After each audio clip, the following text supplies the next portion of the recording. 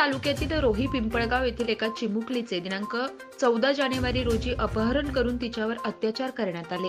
या घटनेच्या निषेधार्थ मुदखेड शहर कडकडीत बंद ठेवण्यात आले होते।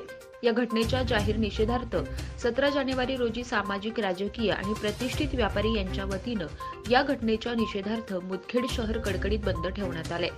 या प्रकरणातील सर्व आरोपींना अटक करून चिमुकलीवर अत्याचार करणाऱ्या नराधमास तत्काळ अटक करण्यात यावी या मागणीचे निवेदन तहसीलदार मुदखेड यांच्या मार्फत शासनाला करण्यात आले। जयस न्यूज विशेष प्रतिनिधी कालिदास अनंतोजी। जानेवारीला रोही पिंपळगाव येथे एका लहानशा 6 वर्षाच्या मुलीचा अत्याचार करून खून करण्यात आला।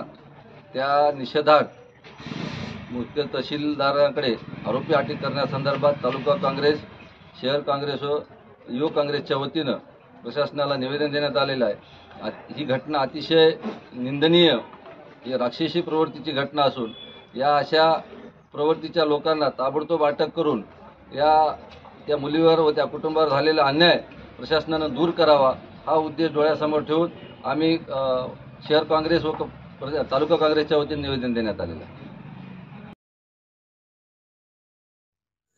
नमस्कार, जेएस न्यूज चॅनेलला लाईक करा, सबस्क्राइब करा व बेल आयकॉन दाबायला विसरू नका।